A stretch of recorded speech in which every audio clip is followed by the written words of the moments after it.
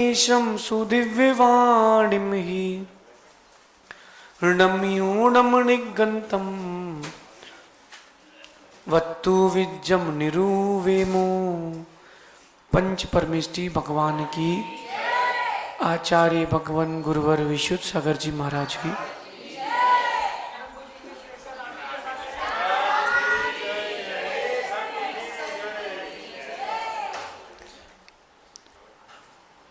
हम सभी जिन आगम के अनुसार यहाँ पर वास्तु एवं मंदिर निर्माण के विषय का स्वाध्याय कर रहे हैं, जिस गति से अपन पढ़ रहे हैं, व्रतों के पूर्व में आपका वास्तु शास्त्र हो जाएगा और आपकी इच्छा होगी तो आपको हम देव वास्तु यानी मंदिर के निर्माण का विषय भी पढ़ा सकते हैं। लेकिन जहां हम रहेंगे वहां मूर्ति मंदिर सबका पूरा किस किस प्रकार से मूर्ति बनाई जाती है कम से कम मालूम तो चले। आप तो क्या करते हो आप लोग मंदिर दर्शन करके आ गए, लेकिन देखो तो कैसे बनी है।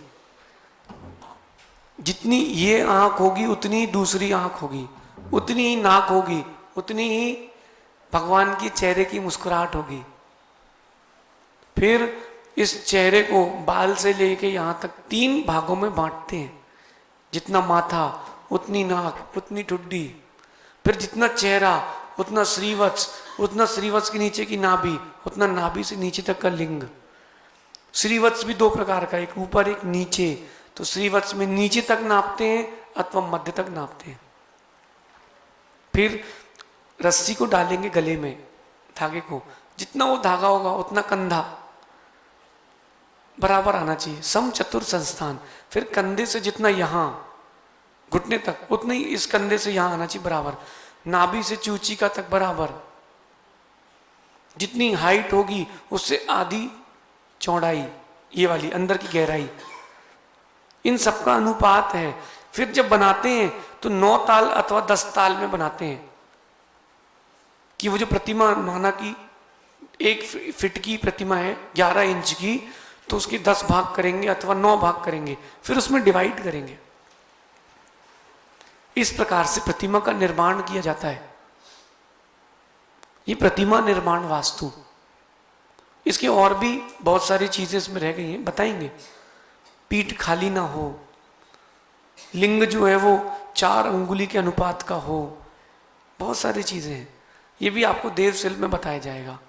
कितना मंदिर हो, कितना शिखर हो, कितना उसका कलश हो, कितनी ध्वजा हो, इनको पढ़ने से विशुद्धि बढ़ती है। फिलहाल अपन घर पर अगर आप चैत्यालय बना रहे हो तो उसको समझते हैं।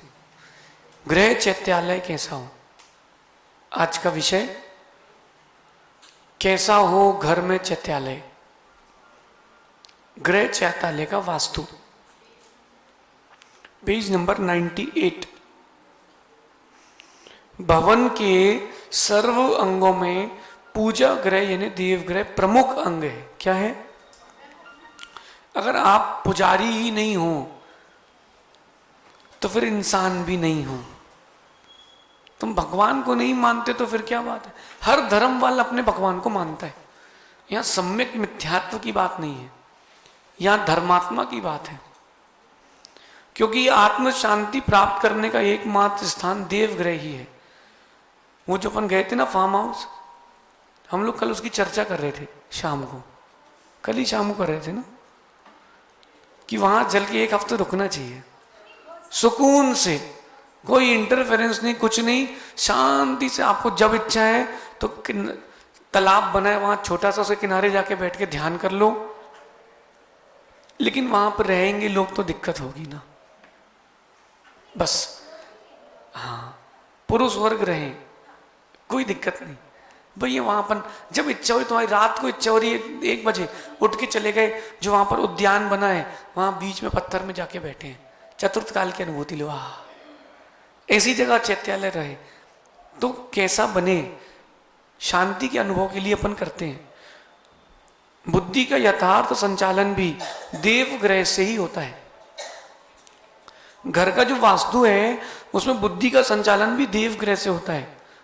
भवन के ईशान कोण में बने हुए देवगृह में यदि मूर्ति का मुख उत्तर या पूर्व दिशा में होता है और देव अपने देवघर के ठीक मध्य में कोने में नहीं है, देव शिल्प शास्त्र के अनुसार विराजमान होते हैं, तो आत्म शांति की वृद्धि के साथ साथ निश्चय उस परिवार में सुख समृद्धि की संपत्ति की वृद्धि होती है। अतः देवगृह घर के ईशान कोण में ही बनाना चाहिए, कोने में ना हो।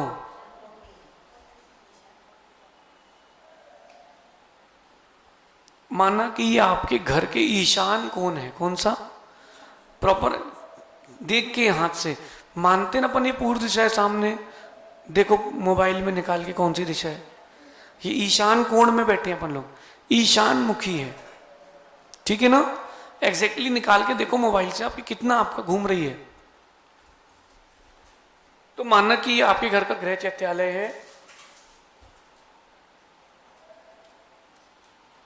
ईशान कोण का हिस्सा है घर का, तो यहां कहां हो, तो कहा है कि कोने में ना हो,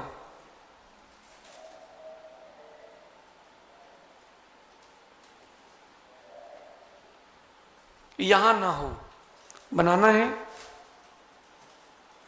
यहां बनाए, यहां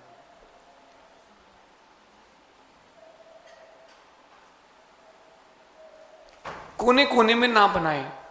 अब अपन दिशा डिसाइड करेंगे कि पूर्वमुखी है ये, यहां दिशा कौन सी, अपन फिर डिसाइड करेंगे अब इसके आगे। घर के ईशान कोण में चैत्यालय हो और भगवान जो है वो पूर्व या उत्तर मुख करके ही हो, लेकिन मध्य में रख दो चलेगा, कोने में नहीं चलेगा। आया ना, कोने में, कॉर्नर में ना हो, जैसे कोने बैठे ना हम ना, ऐसे कोने में ना हो, मध्य में हो। यहां भी मध्य में ही बैठना चाहिए, अभी व्यवस्था नहीं तो कोने में। अब देखिए ये आगे समझ में पहली चीज, अब आगे बता रहे हैं। एक यहां चित्र दिया हुआ है, निर्माणाधीन भूमि एवं देवगृह का स्थान। देखो घर का ईशान कोण दिख गया, जिसके घर में मंदिर नहीं है उसका घर चिड़ियाघर है। ये हमने नहीं कहा, ये आचार्य अमित गति स्वामी ने सुभाषित रत्नावली ग्रंथ में, सुभाषित रत्नावली में कहा है। सुभाषित रत्नावली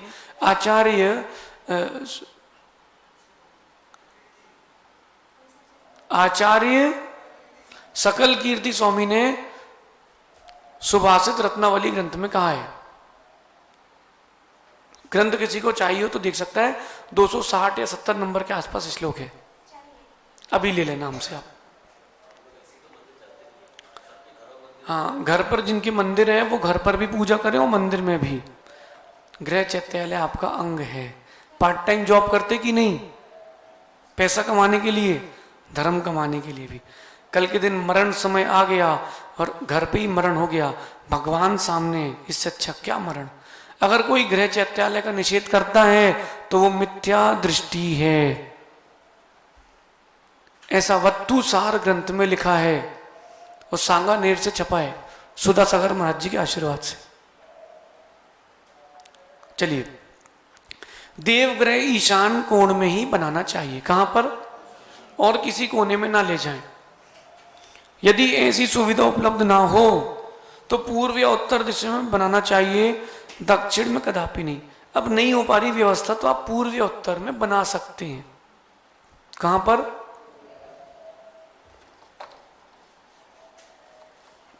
जिनके यहां किसी घर में चैत्यालय है एक, तो आपके घर के चैत्यालय का अपन आज वास्तु देख लेंगे।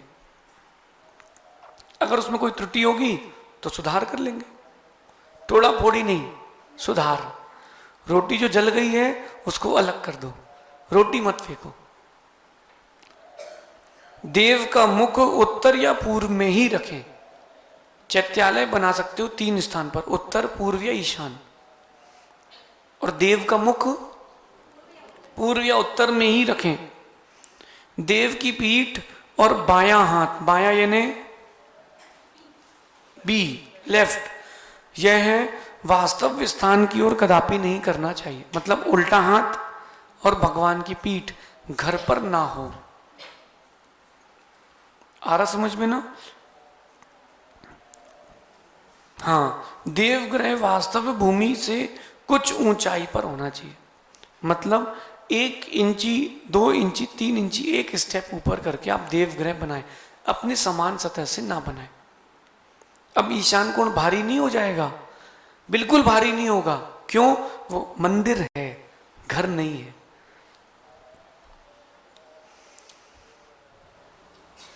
देवग्रह का प्रवेश द्वार उत्तर या पूर्व दिशा में हो, अच्छा है, श्रेष्ठ है, ऐसा होना चाहिए। देवग्रह की खिड़कियां भी इन्हीं 2 दिशा में रखना चाहिए, शेष दिशाओं में नहीं। कहां कहां? वेंटिलेशन मत देखो, वेंटिलेटर को देखो। देवग्रह के कपाट यानी गेट स्वयं बंद हो जाने वाले या स्वयं खुलने वाले नहीं होना चाहिए। जो अपने आप गेट बंद हो जाते ना, नहीं, ऐसे अपने हाथ से बंद करने वाले हो।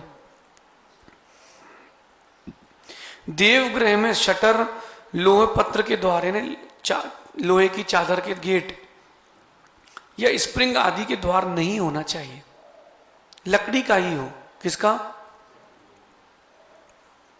देवग्रह में दहली अवश्य हो। क्या हो? 3 चौखट मत लगाएं, 3 लगी हो सो एक और लगा दें। आपको सफाई करने में इजी रहता है, मानते हैं, लेकिन पुण्य की भी सफाई होती है। देहरी कहते हैं, देहरी चौखट, जहां 4 लकड़ियां मिलके बने, वो क्या होता है? ये घर का प्रारंभ है। हर घर में चौखट होना चाहिए, तो मंदिर में तो होना ही चाहिए। और चौखट जिसकी हो, दरवाजा भी उसका हो। अगर सागौन की लकड़ी का चौखट है तो सागौन का दरवाजा हो, लोहे की चौखट है तो लोहे का दरवाजा हो। चौखट और दरवाजा दोनों हर जगह के लिए बात ध्यान रखना, और अलग अलग लकड़ी का नहीं, एक ही लकड़ी का हो। देवग्रह के कपाट शुभ लकड़ी के ही होना चाहिए। कौन सी लकड़ी? अबे शुभ लकड़ी क्या होती है तो बता रहे हैं। देवग्रह की छत बीच में ऊंची और चारों तरफ ढलान वाली होना चाहिए। यदि ऐसा संभव ना हो तो छत का ढाल पूर्व उत्तर दिशा की ओर करें। ये देवग्रह की छत है तो इसको आप पिरामिड अथवा गोल टाइप से बनाओ तो अच्छा है। नहीं बना पा रहे किसी कारण से तो आप उसको प्लेन रखो, लेकिन पानी का बहाव उत्तर पूर्व ईशान में ही रखो। देवग्रह की छत के ऊपर कोई खिड़की या रोशनदान प्रकाश आदि के लिए नहीं रखना चाहिए। ऐसा रोशनदान बनाया आपने छत पर, ये माना कि अपना देवग्रह है और ये रोशनदान बना लिया है, तो गलत है। ऊपर की छत में कोई रोशनदान ना हो। नहीं नहीं, पोला जो अंदर से ऐसा बन रहा है ना शेप, वो एनर्जी ट्रांसफॉर्मेशन के लिए है। किसके लिए? एनर्जी ट्रांसफॉर्मेशन के लिए। तो वो अंदर से पोले से मतलब है कि वो आप पोला नहीं किया आपने वैसे ही डिजाइन दी ढाल। अब आगे चलते हैं, देखिए बहुत अच्छा विषय है। हाँ, हवन करने वाले यानी, अच्छा ऊपर का एक पॉइंट रह गया है। देवग्रह के आग्नेय कोण में ही मेन स्विच, दीपक रखने का स्थान, हवन कुंड आदि करें। जहां अग्नि हो वहां अग्नि रखें, जहां वायु हो वहां वायु रखें।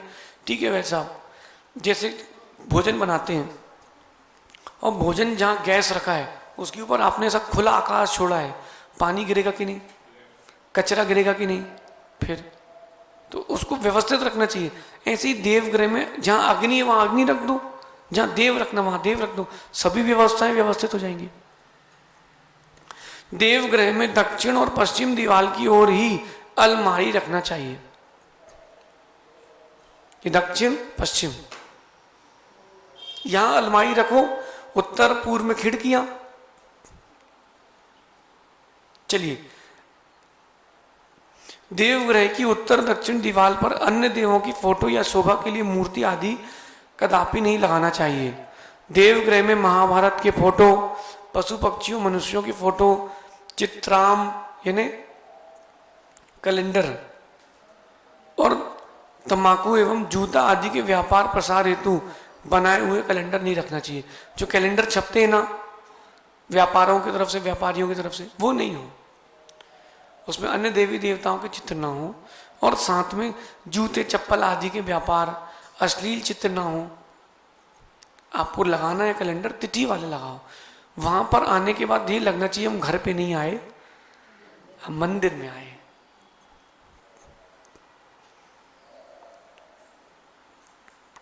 देवगृह में तिजोरी नहीं रखना चाहिए।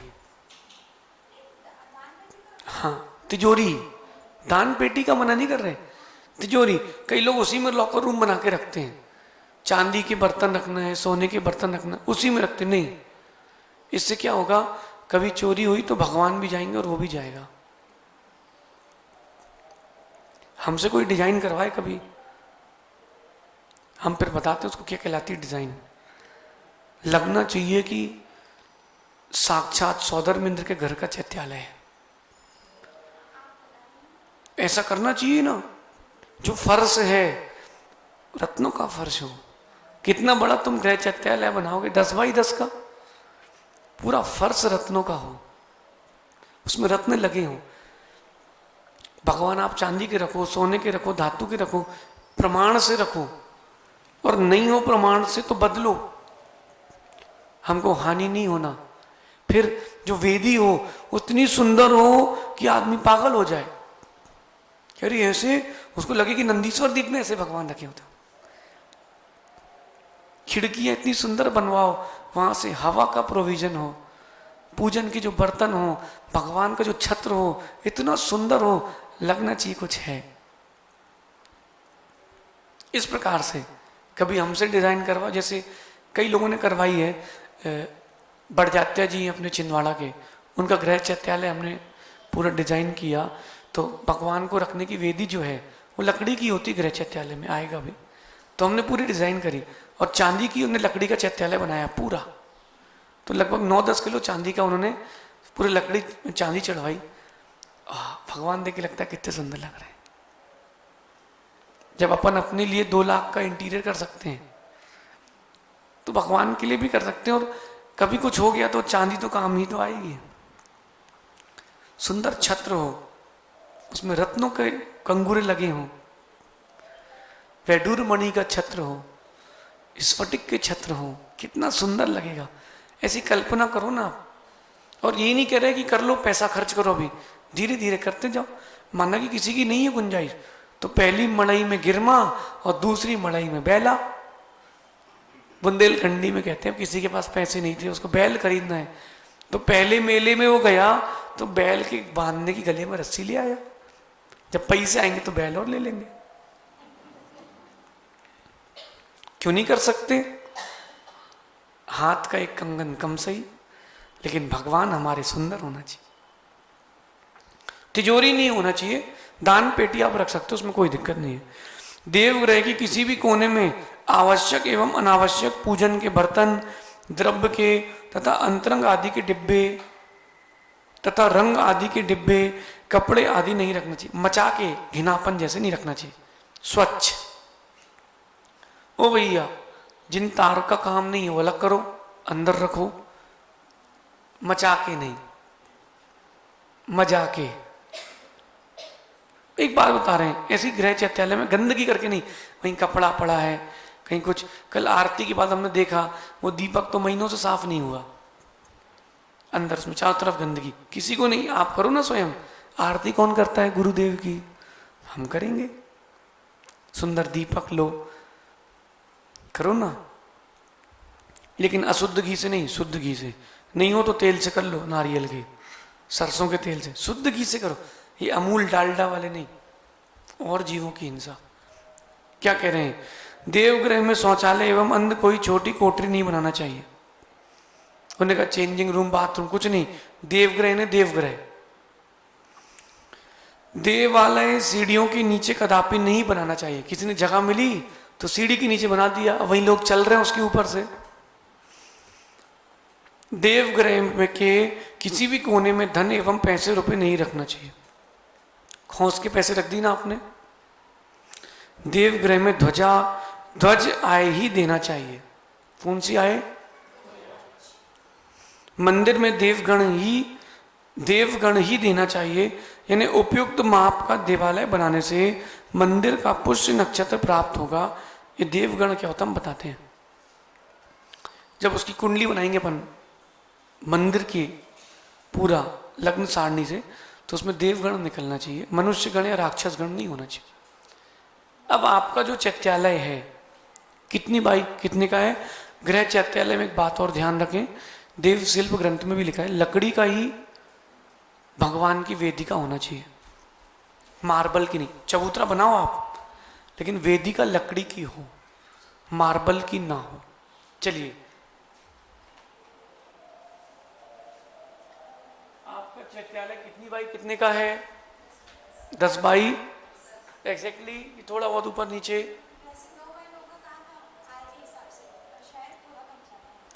ठीक है, तो पहले अपन देखेंगे आय कितनी है। चलिए, प्रवेश कहां से करते हैं? नहीं, मुख भगवान की तरफ जाते समय प्रवेश द्वार कहां से है? नहीं, जैसे ये घर है ना, बिल्डिंग, ये कौन से मुखी है? उत्तर मुखी है। मेन गेट पूर्व मुखी है। सो माना कि ये पूर्व मुख हो गया है ना, इनके चैत्यालय के द्वार ये पूर्व दिशा हो गई। चैत्यालय का चलिए अपन ये ले लेते हैं, ये दक्षिण है तो ये पूर्व हो गया, ये पश्चिम, ये उत्तर। अब भगवान कहाँ रखे हैं? पूर्व मुखी हैं। कहाँ रखे हैं? पश्चिम मुखी। और आगे क्या पढ़ा अपन ने इसमें? अलमारियां कहाँ रखी हैं? यहाँ पर अलमारियां है। खिड़की कहाँ है? खिड़की, चलो खिड़की नहीं, छत कैसी है? छत पिरामिडल है। अब इसके पीछे कितने कमरे हैं? इसके पीछे कुछ नहीं है, इनका घर ऐसा है और यहाँ पर खाली है, तो भगवान की पीठ कहाँ जा रही है? तो ठीक है, हमारे घर पर नहीं आ रही, उल्टा हाथ बाहर जा रहा है।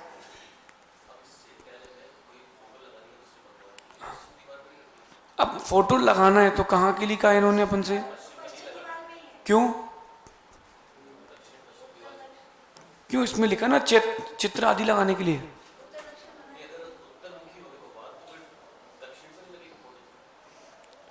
देखो, चित्र आदि लगाने के लिए इसमें क्या कहा अपन से? दक्षिण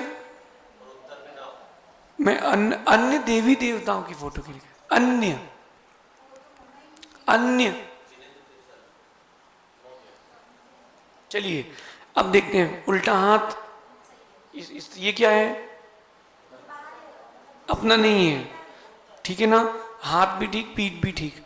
अब जो भगवान का मुख भी ठीक। वेदी की आय देखना पड़ेगी कि वेदी की आय क्या है, अंदर की आय क्या है। छत में कोई खिड़की तो नहीं, ऊपर एक ढलान है। अब आप चलते हैं और आगे, 24 बाई, हाँ, अब इनकी एग्जैक्ट 24 बाई 24 है।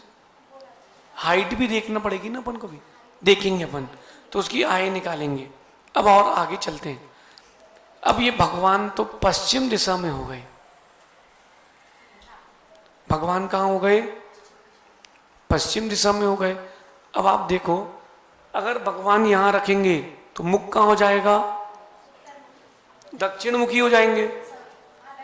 यहां रखोगे भगवान तो पश्चिम मुखी, ये नहीं हो सकता। दक्षिण में रखोगे तो पीठ घर पे, तो यहां कहां रखना पड़ेगा आपको? पश्चिम में। ये घर का कौन सा कोना है? ईशान कोना है, ठीक है। इसके आसपास शौचालय आदि। अब इस घर में त्रुटि क्या है? इस चैत्यालय में है, अब दक्षिण मुखी द्वार है तो ये दक्षिण में है, तो आपको द्वार इस तरफ रखना चाहिए। किस तरफ? थोड़ा सा उस तरफ। हाँ, अगर किसी कारण से यहां से प्रवेश होता है चैत्यालय में तो अत्यंत शुभ है। तो कैसे कर सकते हैं? किसी की इच्छा हो तो कैसे कर सकते हैं?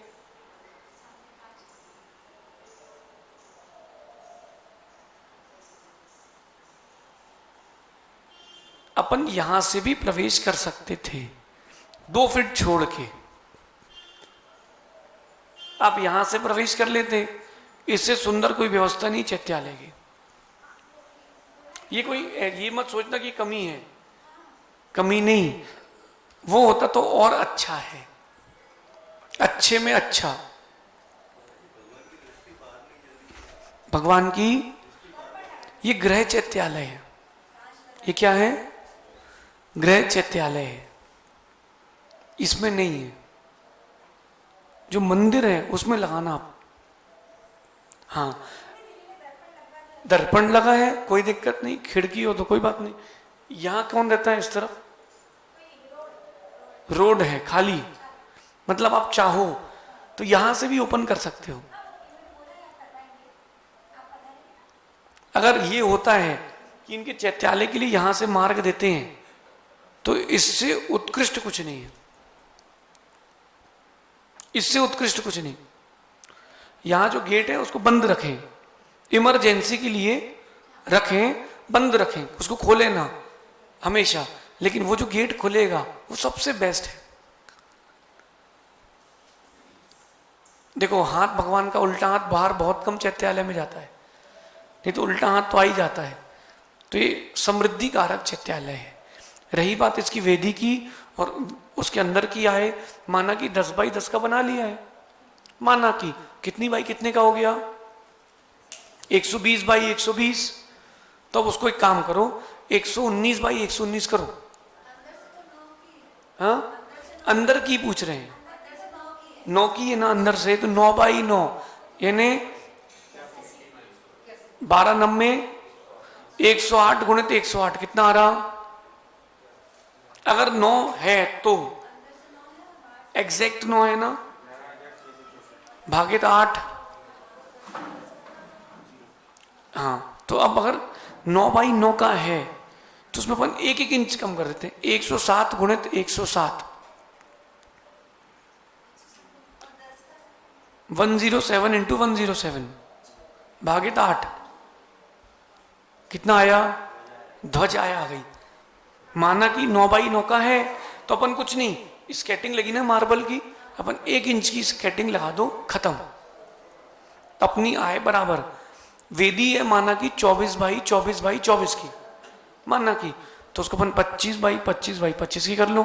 1 इंच का मार्बल की पट्टी यहाँ, सुंदर डिजाइन वाला, 1 इंच का सामने, 1 इंच का ऊपर, वेदी जो की जो, तोड़ना नहीं पड़ेगी। और कभी भी एक बात ध्यान रखें, ये मेरा मन है कि गोल्ड वर्क ना कराएं। पहले तो वो हिंसात्मक पद्धति से बनता है, गोल्ड वर्क ना कराएं। वेदियों पर चाहे मंदिर की हो चाहे चैत्यालय की हो, आप उतने की चांदी लगा दें, चांदी का पतरा, चांदी का पतरा लगा दें, पूरी वेदी चांदी की कर दें। अगर आपकी जो वेदी है मेरे हिसाब से 10 किलो चांदी में पूरी वेदी हो जाएगी, शिखर ऊपर से लेके नीचे तक पूरी वेदी चांदी की। सुरक्षा का ध्यान हो तो, सुरक्षा हो तो पूरी वेदी चांदी की। क्या बात। अभी एक व्यापारी आया था, बोले एक व्यक्ति ने हमसे बेड बनवाया चांदी का। क्या बनवाया? चांदी का बेड। उसने अपने कमरे का बेड, सोने का, सोने का मतलब स्लीपिंग बेड चांदी का। जब सोने के लिए गांधी जी चांदी का बिस्तर बनवा सकते हैं तो जहां हमारे भगवान विराजमान है उसको भी चांदी का बनवा सकते हैं। और ऐसा कुछ हमारे पास संपत्ति ना हो तो सोचें, बना सकते हैं, लेकिन सुरक्षा हो तो। अब अपन इसके आगे शेष कल देखेंगे। ये अपने देवग्रह का, हाँ, देवग्रह में ध्वज नहीं होती, शिखर नहीं होता। इसकी जो बची हुई बात है वो हम कल बता देंगे, आज समय हो गया है। अब जो मूर्ति विज्ञान की बात है उसको अपन चर्चा उस पर करेंगे, ठीक है ना। शेष आगे देखेंगे। ये देवग्रह पढ़ा है अपन ने। कल अपन रसोई ग्रह पढ़ते हैं, यानी लेडीज बेडरूम। क्या? जो लेडीज का बेडरूम है, मतलब वो सबसे ज्यादा जहां रहती हैं वो कैसा हो, उसके बारे में कल देखेंगे। भगवान महावीर स्वामी की